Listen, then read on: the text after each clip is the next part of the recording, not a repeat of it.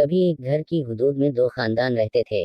دونوں میں فرق یہ تھا کہ ان میں سے ایک گھر کا مالک تھا اور دوسرا گھر کے مالک کے لیے کام کرتا تھا۔ احمد مالک اور اس کی بیوی سائرہ کے دو چھوٹے بچے تھے۔ علی ان کا ڈرائیور تھا جسے اس کی بیوی اور ان کے چھوٹے بچے کے لیے سرونٹ کوارٹر دیا گیا تھا۔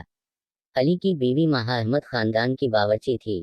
جب سے احمد نے علی کو ملازمت دی تھی دونوں خاندان 5 سال سے ایک ساتھ رہ رہے تھے۔ سائرہ بہت مغرور اور گھٹیا عورت تھی جو صرف اپنے اعلیٰ معاشرے کے دوستوں کے لیے اچھی تھی۔ وہ علی اور اس کے خاندان کو بہت حقیر سمجھتی تھی۔ درحقیقت وہ ہر اس شخص کو حقیر سمجھتی تھی جسے وہ اپنے سے کم درجہ کا سمجھتی تھی۔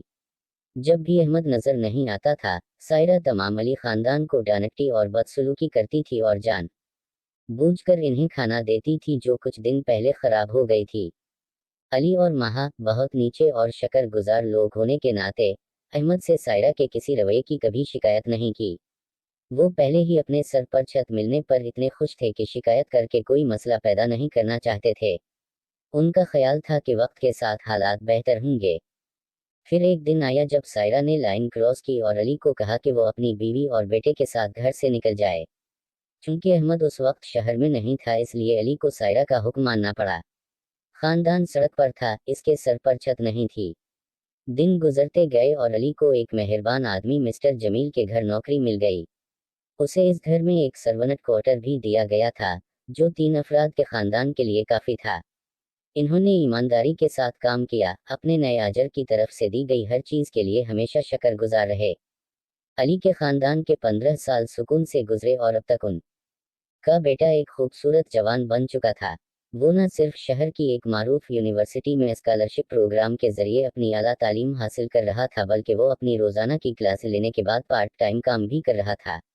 یہ جوڑا ابھی بھی جمیل کے گھر کام کر رہا تھا اور وہ خاندان کے ساتھ اپنے جیسا سلوک کرتا تھا۔ مسٹر جمیل نے اس بات کو یقینی بنایا کہ علی اور اس کے خاندان کے ساتھ ان کے گھر کے بڑے ڈائننگ روم میں کھانا کھایا جائے جیسے وہ ان کے اپنے خاندان کا حصہ ہوں۔ ایک دن مسٹر جمیل نے علی کو بتایا کہ ان کے ایک کالج کے ساتھی کا خاندان چند گھنٹوں میں ان سے ملنے جا رہا ہے۔ اس نے علی کو بازار سے کچھ ضروری سامان لانے کو کہا اور اس نے ماہا سے بھی کہا کہ وہ ان کے لیے اچھا ڈنر بنائے۔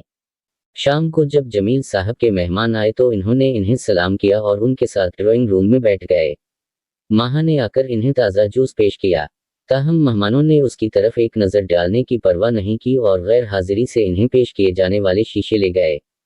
رات کے کھانے کا وقت تھا جب علی، ماہا اور ان کا بیٹا کھانے کی میز پر مہمانوں کے ساتھ بیٹھنے آئے۔ مہمان اپنے سامنے بیٹھے خاندان کو دیکھ کر چونک گئے۔ مسٹر جان نے جن مہمانوں کو مدعو کیا وہ دراصل احمد، اس کی بیوی اور ان کے بچے تھے۔ سب کھا رہے تھے سوائے احمد اور سائرہ کے۔ اس کی وجہ یہ تھی کہ احمد اپنے پرانے نوکروں کے ساتھ دوبارہ ملنے پر خوش تھا، جبکہ سائرہ کی آنکھیں نم تھیں۔ احساس جرم اسے اندر سے کھا رہا تھا۔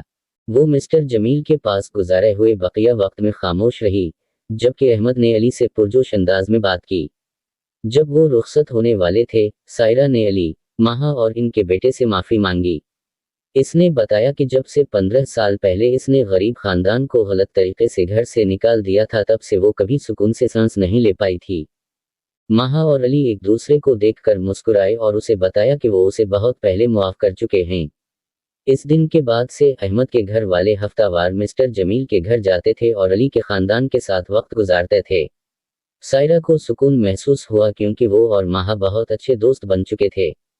حیثیت کی رکاوٹ جو کبھی خاندانوں کے درمیان موجود تھی غائب ہو گئی اور آخر میں سب کچھ ٹھیک ہو گیا۔